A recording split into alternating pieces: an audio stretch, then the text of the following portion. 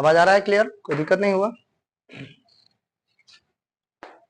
ठीक है, तो आज का नोट कीजिए आप लोग। आज पार्ट 7 है ना, पार्ट 7 है। कल मैंने कुछ इंपॉर्टेंट क्वेश्चन कराए थे, आज टेस्ट भी हुआ है, 2-4 क्वेश्चन आपको मिला भी होगा उसमें से। तो आई थिंक कि अब आगे 1857 की क्रांति का पार्ट 7, इसमें अब 2 पॉइंट आपको नोट करना है।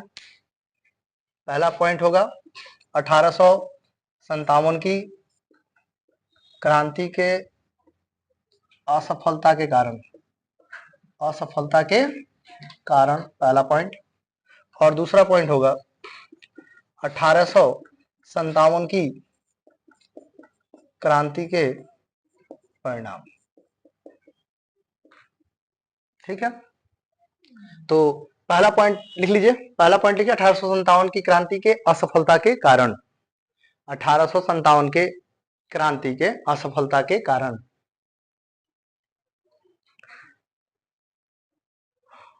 1857 के क्रांति के असफलता के कारण क्या कारण हो सकता है? तो पहला पॉइंट देखिए, उसमें असफलता के कारणों में पहला पॉइंट करके लिखिए, योग्य नेतृत्व का अभाव। योग्य नेतृत्व का अभाव। ठीक है, इसको लिखिए, लिखते चलिए, लिखते रहिए तो वीडियो बड़ा भी नहीं होगा। योग्य नेतृत्व का अभाव। योग्य नेतृत्व का अभाव। अब समझ रहे हो, योग्य नेतृत्व का अभाव मतलब नेतृत्व करने वाले व्यक्ति में अगर योग्यता नहीं है तो वह किसी भी संस्था या संगठन को क्या कर नहीं सकता है, उसको नेतृत्व प्रदान नहीं कर सकता है, उसको जोड़ नहीं सकता है। अब स्थानीय स्तर पे हो रहा है, क्षेत्रीय स्तर यानी उसी को स्थानीय स्तर पर लोग इसका विरोध कर रहे हैं, तो कहीं ना कहीं से यह राष्ट्रीय स्तर का नहीं बन पाया। तो ये कहीं ना कहीं से इसमें योग्य नेतृत्व का अभाव ही था, जिसकी वजह से यह राष्ट्रीय रूप नहीं ले पाया। 1857 की क्रांति राष्ट्रीय रूप नहीं ले पाया, क्योंकि उत्तर भारत में ही सीमित रह गया, दक्षिण भारत में इसका कोई प्रभाव नहीं पड़ा। तो इस तरह से इसमें योग्य नेतृत्व का क्या था, अभाव था। तो पहला पॉइंट आपका क्या हुआ, योग्य नेतृत्व का अभाव। एकल नेतृत्व का भी अभाव कहा जाएगा इसमें। एकल नेतृत्व मतलब कोई एक नेता एक राष्ट्र वाला कंसेप्ट नहीं था। तो एक राष्ट्र एक नेता नहीं होगा तो कोई भी प्लान या कोई भी संगठन जो है ज्यादा कारगर नहीं हो पाएगा। तो इसलिए इसमें एकल नेतृत्व का भी अभाव था। दूसरा पॉइंट में डाल लीजिए, एकल नेतृत्व का अभाव। एकल नेतृत्व का अभाव मतलब कोई एक संस्था का हेड इस टाइप का कुछ नहीं था, जहां सभी लोग अपने बातों को रखें और उसका एक जोरदार प्रदर्शन दिखाई दे और पूरे लेवल का दिखाई दे। तो इस तरह से एकल नेतृत्व का अभाव भी इसको कहा जाएगा।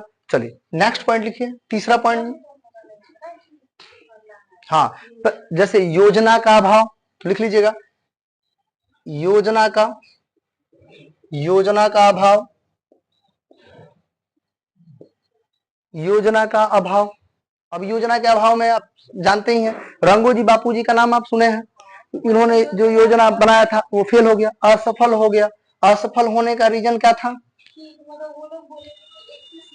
मतलब प्लानिंग का डेट ही क्लियर नहीं है। मतलब डेट वो लोग कुछ तय किए हैं और उससे 31 मई डेट तय किए हैं और वो 10 मई को ही स्टार्ट हो जा रहा है, यानी कि प्लानिंग सही नहीं है। यानी योजना का क्या है, अभाव है। जो इसके योजनाकार थे रंगोजी बापू जी, उनके द्वारा बनाया गया योजना भी कैसा रहा, असफल रहा।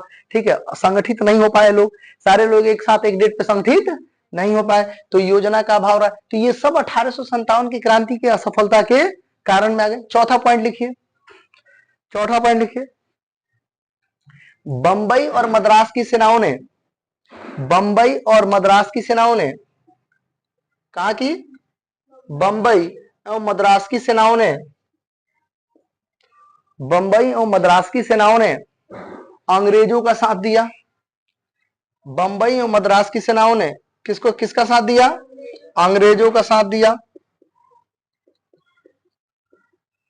ये भी एक असफलता का कारण है। बड़ा क्षेत्र है भाई, बंबई मद्रास कैसा क्षेत्र है, बड़ा क्षेत्र है। और यहाँ भी जो है यहाँ के जो लोग हैं वो अंग्रेजों के साथ हैं, जो सैनिक है वो किसके साथ है, अंग्रेजों के साथ है। इस कारण भी यह 1857 की क्रांति असफल रही।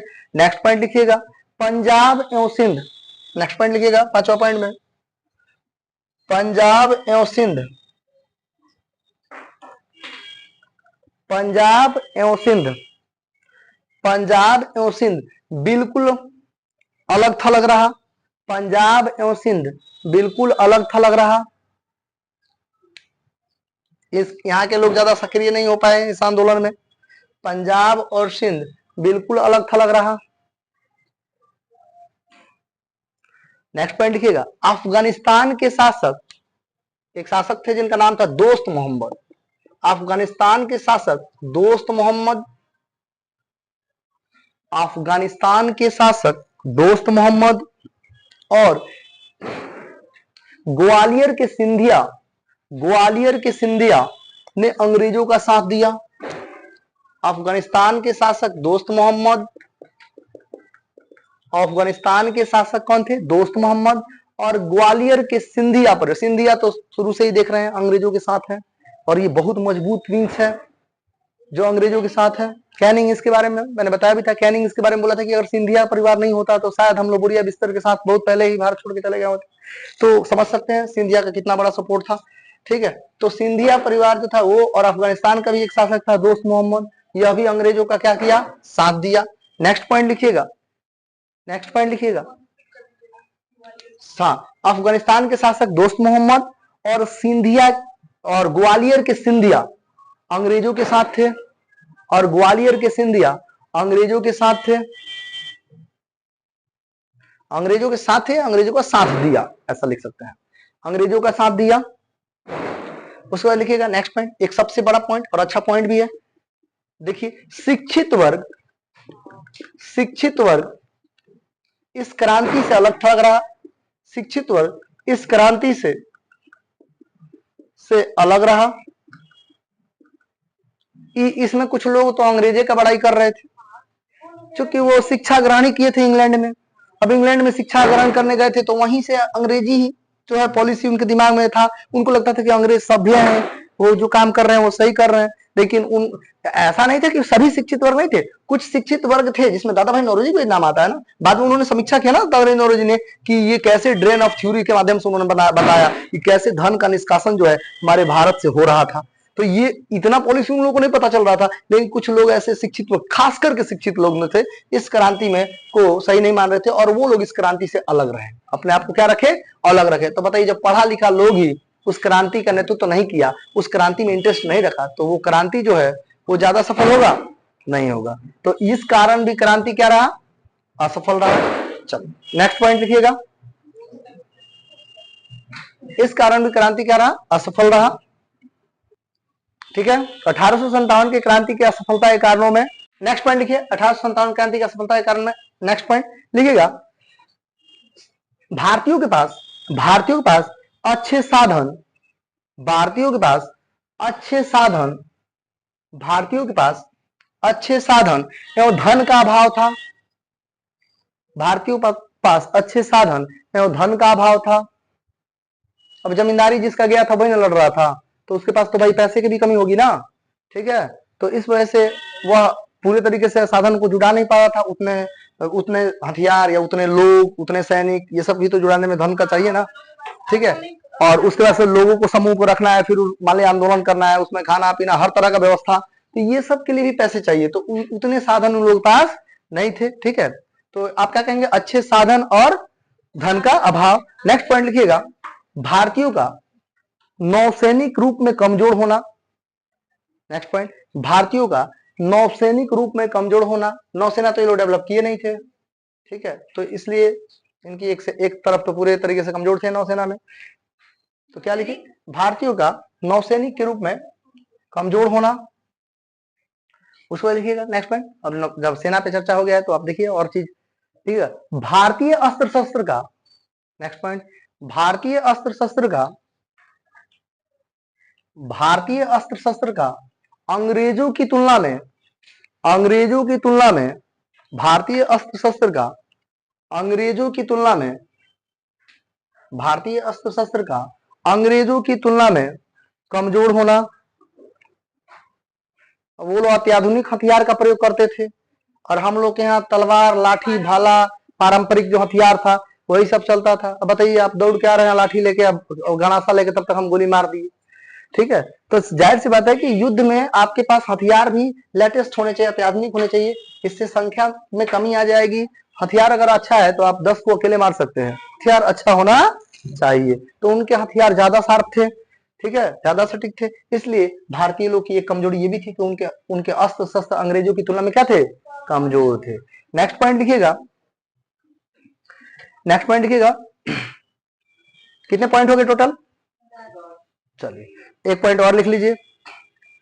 योजनाकार वाला तो लिखे है ना, योजना का अभाव है, तो वहां पे आप लिख सकते हैं रंगोजी बापूजी के द्वारा बनाई गई योजना जो थी वो मतलब असफल रही, ठीक है। तो ये मुख्य पॉइंट हो गए जो असफलता के कारण थे, ठीक है। और आपको अब मेंस पर्पस में जब जाइएगा तो आपको और डिटेल्स में पढ़ना होगा, ठीक है। असफलता के कारणों में और डिटेल्स में आप जाइएगा कि कैसे उन्होंने यहाँ के उद्योग धंधे व्यापार सबको प्रभावित किया है ना, तो उसका भी तो खामियाजा जाए ना कि वो सारे वर्ग जो है कहीं ना कहीं से कमजोरी है, ठीक है। तो ये भी कहीं ना कहीं से उनके असफलता का एक कारण रहा कि वो लोग आर्थिक रूप से भी कमजोर रहे, सामाजिक रूप से भी कमजोर हो गए, और धार्मिक रूप से भी उनको ठेस पहुंचाया गया, राजनीतिक रूप से भी उनको कमजोर किया गया। उनके क्षेत्र को हथिया कर उनके जो भी क्षेत्र थे उनको क्या किया, अंग्रेजों ने अपने अधीन कर लिया। तो ये सारे फैक्टर आपको मिल जाएंगे, लेकिन कुछ पॉइंट्स जो है आपका क्लियर है। बाकी मैंने इंपॉर्टेंट पॉइंट्स आपको लिखवाया है, उसमें आप उसको देख लीजिएगा। और आगे का लिखिए 1857 की क्रांति के परिणाम, हेडिंग लगा दीजिए 1857 की क्रांति के परिणाम। 1857 की क्रांति के परिणाम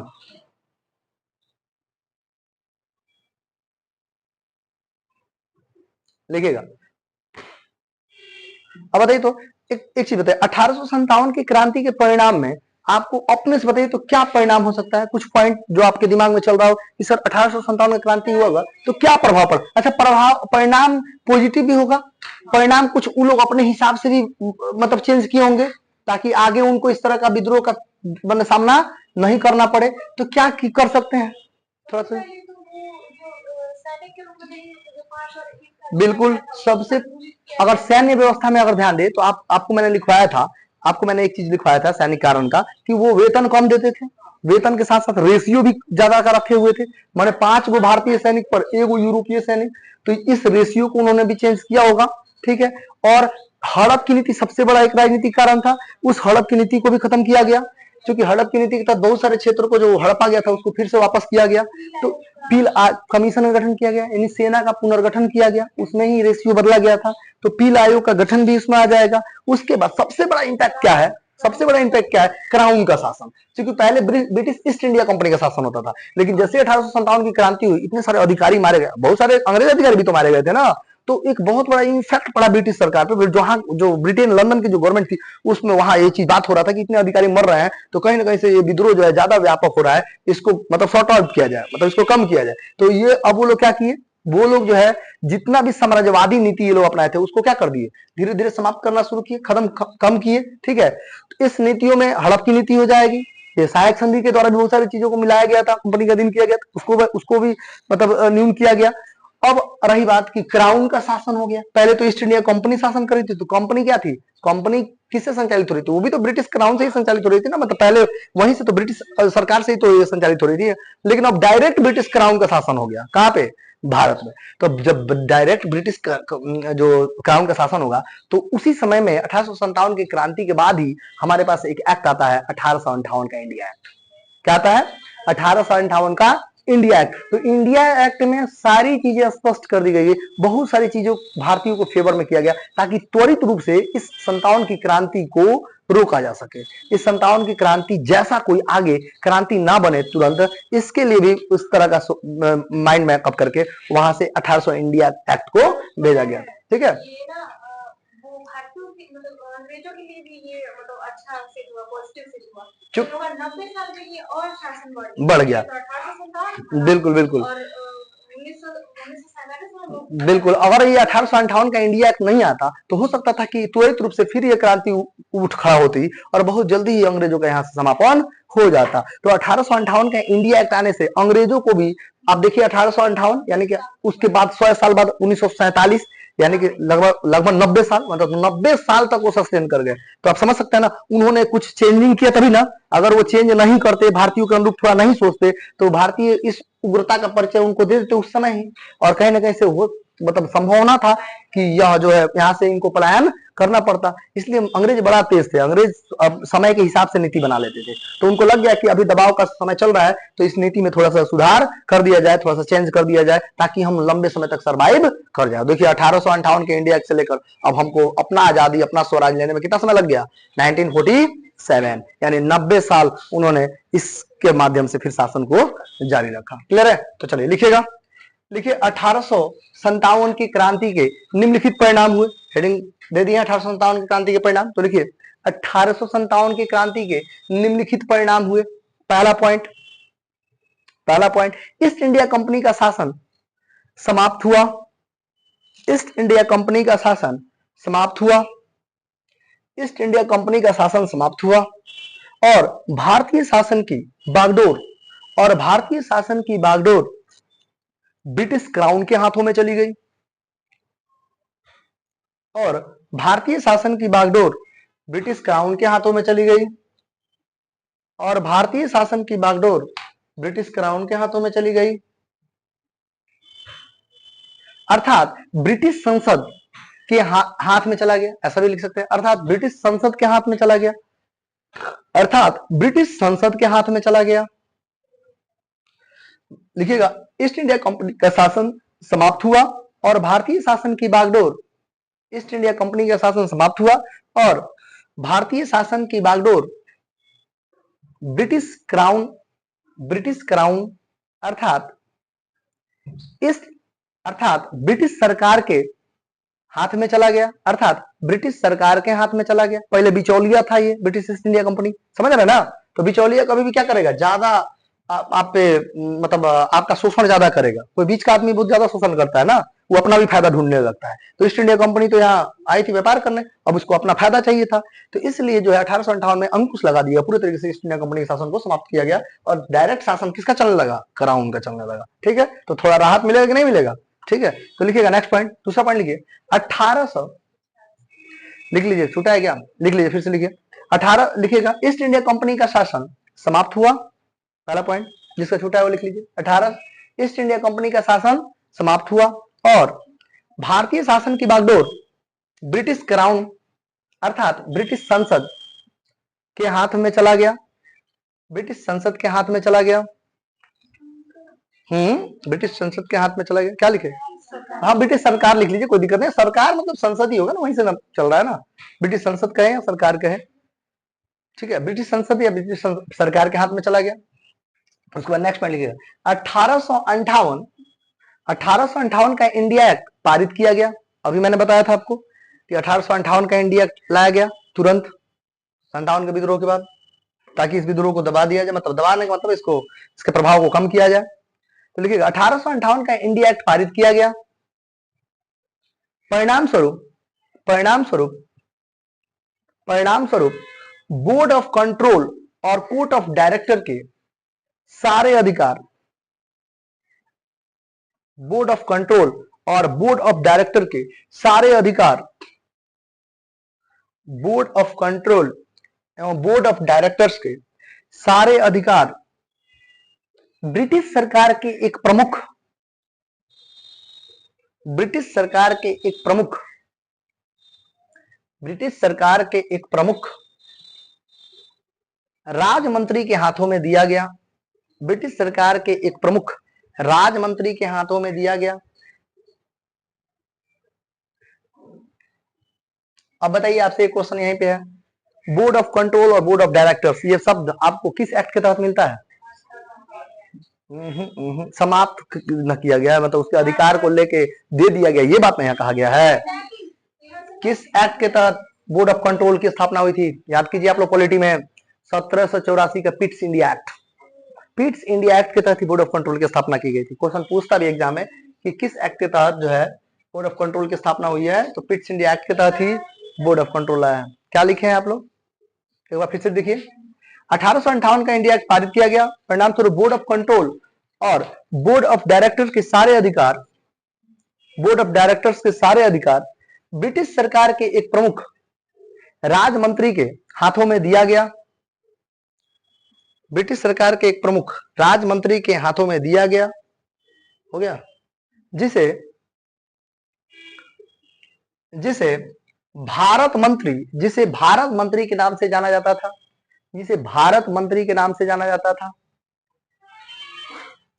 अब वो एक आदमी रख दिया, मतलब भारत मंत्री के पद पे एक व्यक्ति को बैठा दिया गया। भाई अब डायरेक्ट उसी से जो है ब्रिटिश सरकार पूछताछ करेगी, कोई भी उसकी वो पूरे भारतीय शासन का उत्तरदायित्व रखेगा अपने पास में। और वो किसके प्रति उत्तरदायित्व रखेगा? महारानी के प्रति, मतलब ब्रिटिश संसद के प्रति। उसको वहां देना पड़ेगा प्रतिवेदन। कोई भी बात अगर होता है तो वो डायरेक्ट कौन सुनवाई करेगा? उसका सीधे क्राउन शासन जो है वहां का ब्रिटिश संसद जो है वो सुनवाई करेगी। अब उसको किसी लॉर्ड से, किसी गवर्नर से, इन लोगों से मतलब नहीं रहेगा। वो भारत मंत्री, जिसके इसमें क्या हुआ था, इसमें आप देखिएगा 1858 के इंडिया एक्ट में ही 1858 के इंडिया एक्ट में ही भारत का गवर्नर जनरल का पद खत्म कर दिया गया। भारत के गवर्नर जनरल के पद को किस एक्ट के तहत खत्म किया गया? 1858 के इंडिया एक्ट के तहत ही। और इसी पद को का नाम बदल के क्या कर दिया गया? वायसराय कर दिया गया। तो लॉर्ड कैनिंग को भारत का अंतिम गवर्नर जनरल कहा जाता है और प्रथम वायसराय भी कहा जाता है। ठीक है, तो प्रथम वायसराय और अंतिम भारत के गवर्नर जनरल कौन होंगे? लॉर्ड कैनिंग होंगे। ठीक है, ये ईस्ट इंडिया कंपनी, भले ये ब्रिटिश सरकार के द्वारा, जो ब्रिटिश गवर्नमेंट थी उसके द्वारा जो ब्रिटिश क्राउन का जो इंडिया एक्ट आया था 1858 का इंडिया एक्ट, यह 1858 का इंडिया एक्ट को भी पढ़ने वाला व्यक्ति लॉर्ड रिपन ही था, लॉर्ड कैनिंग ही था। और लॉर्ड कैनिंग ने इलाहाबाद के मिंटो पार्क में इसको पढ़ा था, इस घोषणा पत्र को। ठीक है, तो उस समय वायसराय उसी को बनाया गया था। ठीक है, तो लिख लिया, आगे पॉइंट लिखिए, ये सब पॉइंट भी आपको पढ़ना है जब आगे लिखिएगा। तो ये क्या, कौन सा पद का सृजन हुआ? भारत मंत्री का। भारत मंत्री के नाम से जाना जाता था, जिसकी सहायता के लिए, इस भारत मंत्री की सहायता के लिए, जिसकी सहायता के लिए 15 सदस्यों की एक परिषद की स्थापना की गई। 15 सदस्यों की एक परिषद की 15 सदस्यों की एक परिषद की स्थापना की गई। 15 सदस्यीय परिषद की एक स्थापना की गई। 15 सदस्यीय एक परिषद की 15 सदस्यीय एक परिषद की स्थापना की गई, जिसे इंडिया काउंसिल के नाम से जाना गया। जिसे इंडिया काउंसिल के नाम से जाना गया। जिसे इंडिया काउंसिल के नाम से जाना गया। ठीक है, क्लियर है? नेक्स्ट पॉइंट लिखिए परिणाम में। नेक्स्ट पॉइंट, गवर्नर जनरल को वायसराय की उपाधि दी गई। गवर्नर जनरल को वायसराय की उपाधि दी गई। गवर्नर जनरल को वायसराय की उपाधि दी गई। गवर्नर जनरल को वायसराय की उपाधि दी गई। नेक्स्ट पॉइंट, गवर्नर जनरल को वायसराय की उपाधि दी गई। और इस प्रकार भारत का अंतिम गवर्नर लॉर्ड कैनिंग को, और इस प्रकार भारत के अंतिम गवर्नर लॉर्ड कैनिंग को भारत का प्रथम वायसराय बनाया गया। और इस प्रकार भारत के अंतिम गवर्नर जनरल लॉर्ड कैनिंग को भारत का प्रथम वायसराय बनाया गया। और इस प्रकार भारत के अंतिम गवर्नर जनरल लॉर्ड कैनिंग को भारत का वायसराय बनाया गया। भारत का वायसराय बनाया गया। नेक्स्ट पॉइंट लिखिएगा। नेक्स्ट पॉइंट, ब्रिटिश लिखिएगा, ब्रिटिश सरकार ने उग्र साम्राज्यवादी नीति का त्याग किया। ये सब जो है परिणामी है 1857 की क्रांति का।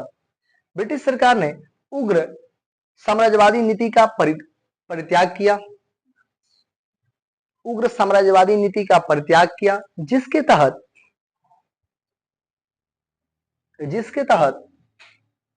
गोद लेने के अधिकार को मान्यता दी गई। जिसके तहत गोद लेने के अधिकार को मान्यता दी गई। जिसके तहत गोद लेने के अधिकार को मान्यता दी गई।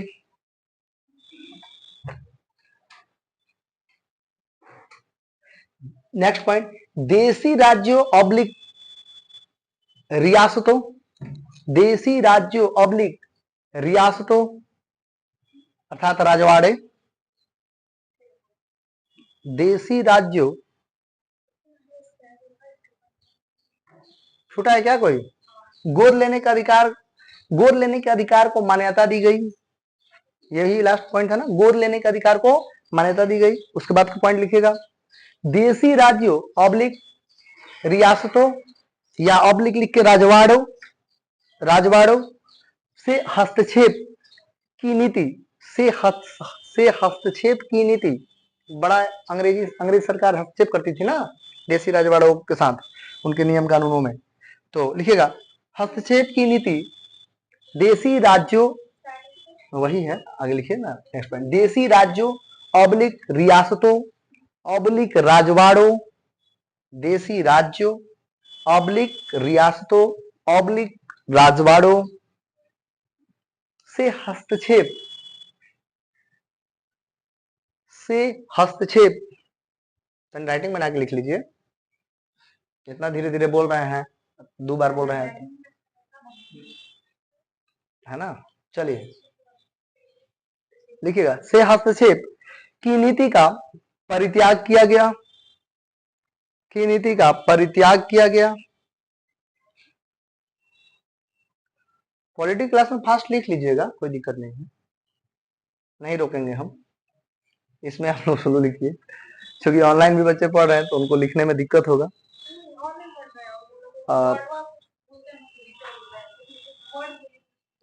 हाँ, जैसे परित्याग बोले हैं तो उनको नहीं लिखने आएगा, तो परित्याग लिखना पड़ेगा हमको, है ना। तो बोलने में क्लियरिटी आना चाहिए, तो क्लियरिटी अगर नहीं आता है तो ऑब्जेक्शन होना चाहिए। आप नोट्स याद बना रहे हैं तो राइटिंग में बनाइएगा तो सबका सही से लिखा जाएगा, ये फायदा हो जाएगा, ठीक है। हो सकता है हम दोबारा बोल रहे हैं तो किसी को एक बार में नहीं समझ में आ रहा होगा तो दोबारा उसको समझ में आ जाएगा, है ना। चलिए नेक्स्ट लिखिएगा, तो हाँ नेक्स्ट पॉइंट लिखिएगा, लिखिएगा 1 नवंबर 1858 ईस्वी को, नेक्स्ट पॉइंट देख लीजिए, 1 नवंबर 1858 ईस्वी को, 1 नवंबर 1858 ईस्वी को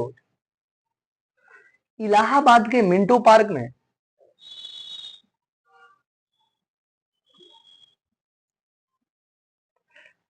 इलाहाबाद के 1 नवंबर 1858 ईस्वी को इलाहाबाद के किस पार्क में, मिंटो पार्क में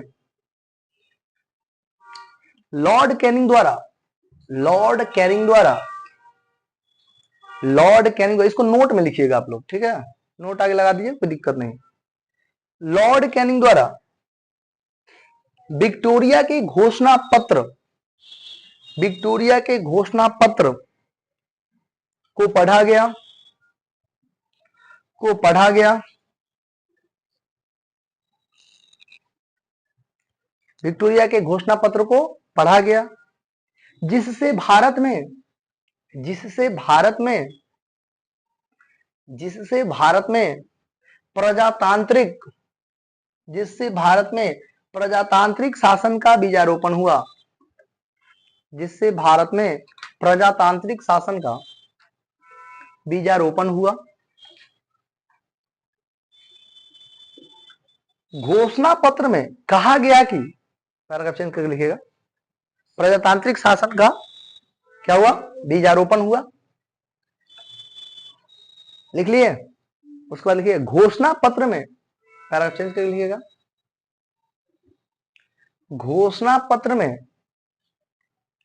कहा गया कि, घोषणा पत्र में कहा गया कि सरकार जब भारतीयों के, सरकार जब भारतीयों के, सरकार जब भारतीयों के धार्मिक एवं सामाजिक, धार्मिक एवं सामाजिक,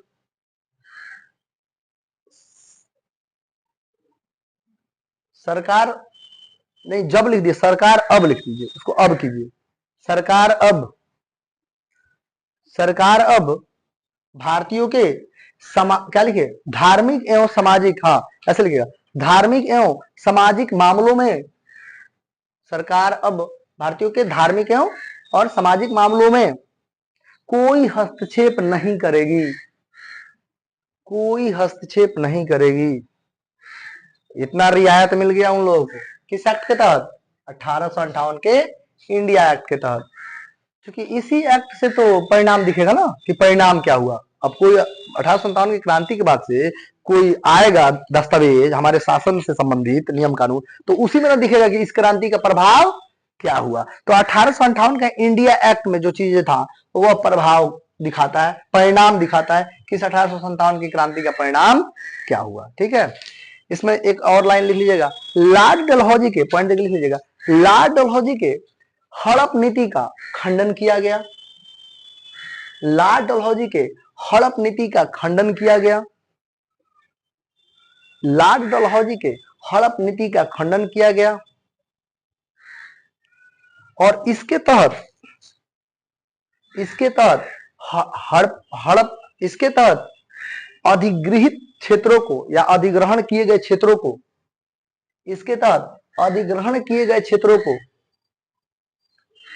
पुनः वापस किया गया, पुनः वापस किया गया। इसके तहत अधिग्रहण किए गए क्षेत्रों को पुनः वापस किया गया।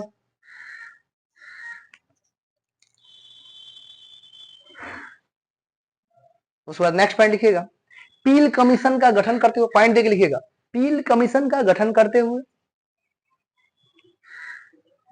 वापस किया गया, अधिग्रहण किए गए क्षेत्रों को पुनः वापस किया गया। मतलब जो हड़पा था वो राज्यों को, उस राज्य को पुनः फिर क्या किया गया, वापस किया गया। ज्यादा विरोध जो कर रहा था उसको क्या कर दिया गया, वापस कर दिया गया, ताकि ये विद्रोह जो है रुक जाए। ठीक है, उसके बाद लिखिएगा नेक्स्ट, पील कमीशन का गठन करते हुए, पील कमीशन का गठन करते हुए, पील कमीशन का गठन करते हुए सेना का पुनर्गठन किया गया। सेना का पुनर्गठन किया गया। पील कमीशन का गठन करते हुए सेना का पुनर्गठन किया गया तथा जहां पहले तथा जहां पहले 5 भारतीय सैनिक पर तथा जहां पहले 5 भारतीय सैनिक पर एक यूरोपीय सैनिक था, जहां 5 भारतीय सैनिक पर एक यूरोपीय सैनिक था, चाहे सैनिक होते थे, जहां 5 भारतीय सैनिकों पर एक यूरोपीय सैनिक होते थे, अब यह खत्म कर, अब इसे खत्म कर, ऐसे भी लिख सकते हैं, अब इसे खत्म कर 2:1 के अनुपात में, 2:1 के अनुपात में कर दिया गया। अब इसे खत्म कर 2:1 के अनुपात में कर दिया गया।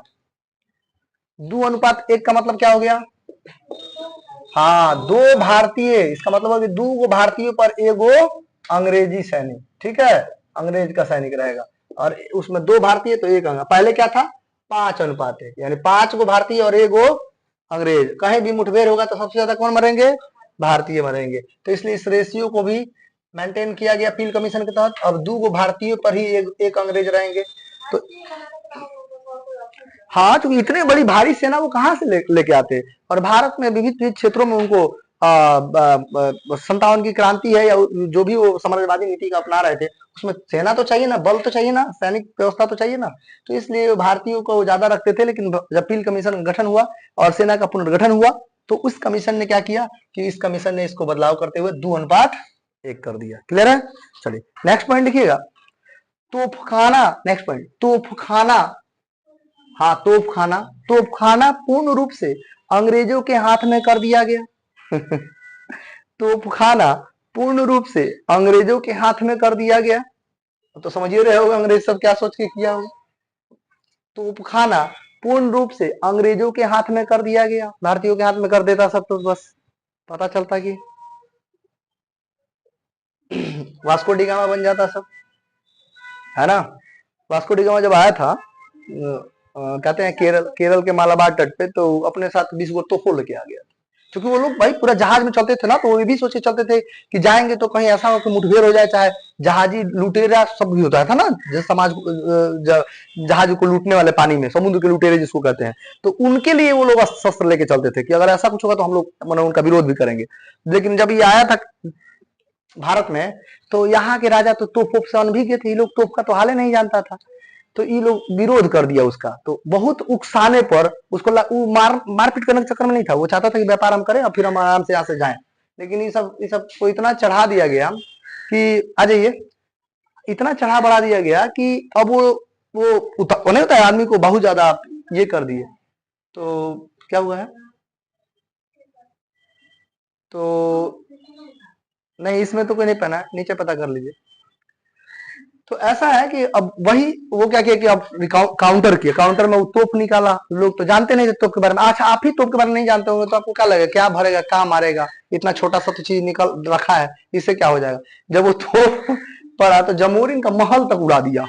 सोच लीजिए, वो जो राजा उसको अपने यहाँ बुलाया था, उसका महल को उड़ाना शुरू कर दिया।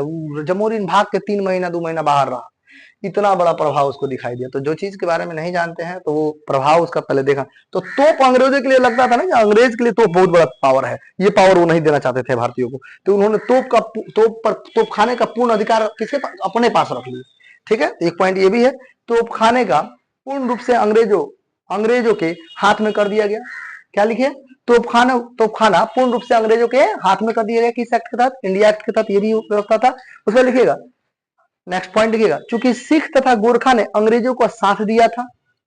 नेक्स्ट पॉइंट, चूंकि सिख तथा गोरखा ने, नेक्स्ट पॉइंट लिखिए, चूंकि सिख तथा गोरखा ने अंग्रेजों का साथ दिया था। चूंकि सिख तथा गोरखा ने अंग्रेजों का साथ दिया था, इस कारणवश इनकी संख्या बढ़ा दी गई। तो सब समझ गया भाई, सब साथ देने वाला आदमी है, इसको इसी का संख्या सेना में ज्यादा रहेगा तो सेना के अंदर भी विद्रोह थोड़ा कम होगा। ठीक है, क्योंकि सेना में भी तो विद्रोह हुआ था ना। मंगल पांडे कौन थे, ब्रिटिश सेना ही तो थे, अंग्रेज भारतीय सेना थे। तो उन लोगों को लग रहा था कि सैनिक विद्रोह हुआ था, तो डर था, इसलिए उन्होंने अपने वफादार वाले जाति और अपने वफादार वाले सेना को, अपने की संख्या को क्या कर दिया, बढ़ा दिया। तो सिख और गोरखा की सेना को क्या कर दिया गया, बढ़ा दिया गया। उसके बाद लिखिए, इस कारणवश इनकी संख्या बढ़ा दी गई। सिख हो गया, चूंकि सिख तथा गोरखा ने अंग्रेजों का साथ दिया था, इस कारणवश इसकी संख्या बढ़ा दी गई। नेक्स्ट पॉइंट लिखिएगा, ईस्ट इंडिया कंपनी की सेना को भंग कर दिया गया। ईस्ट इंडिया कंपनी भी अपनी सेना रखती थी, उसको भंग कर दिया गया। ईस्ट इंडिया कंपनी की सेना को भंग कर दिया गया।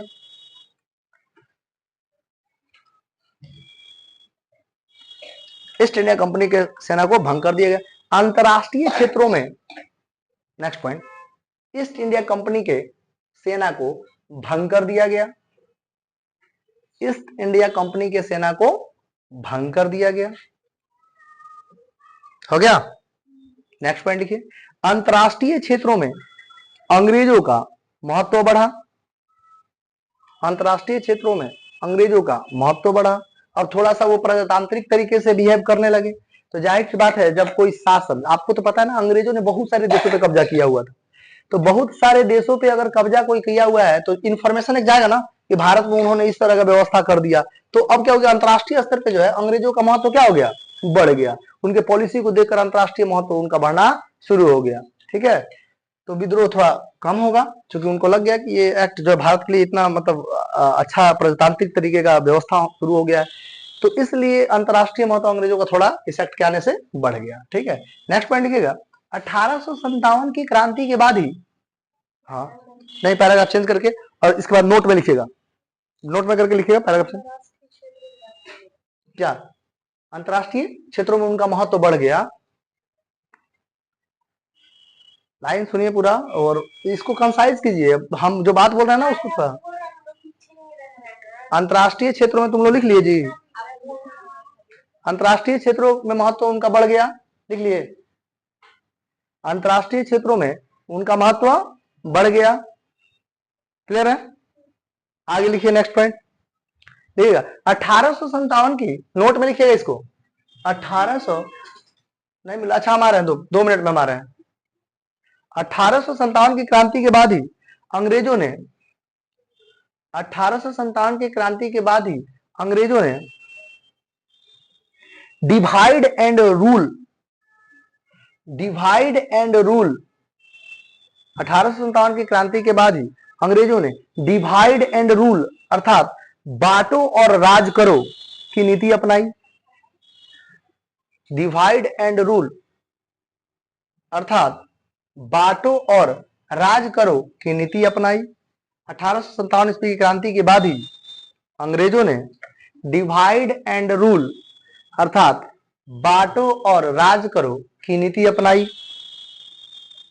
ठीक है, विलियम हंटर, पैराग्राफ चेंज करके लिखिएगा, विलियम हंटर ने पहली बार पॉइंट में, मतलब पॉइंट में लिखिए, आप पैराग्राफ चेंज करके लिखिए, कोई दिक्कत नहीं है, पैराग्राफ चेंज करके लिखिए, क्योंकि इसी से रिलेटेड वो बात है।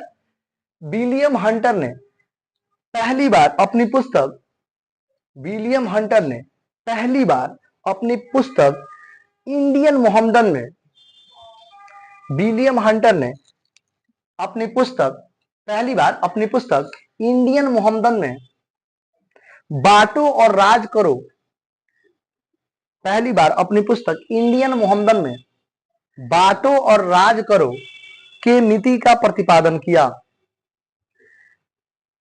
के नीति का प्रतिपादन किया। तो ये भी पता चल गया आपको कि डिवाइड एंड रूल जो पॉलिसी था वह किस पुस्तक से लिया गया था, इंडियन मोहम्मदन से। इंडियन मोहम्मदन नामक पुस्तक के राइटर कौन है, विलियम हंटर। विलियम हंटर की इस नीति को अंग्रेजों ने बहुत अच्छे से यूज किया, ठीक है, और आगे चल के इसी नीति का फायदा उठाते हुए अंग्रेज शासन करने लगे।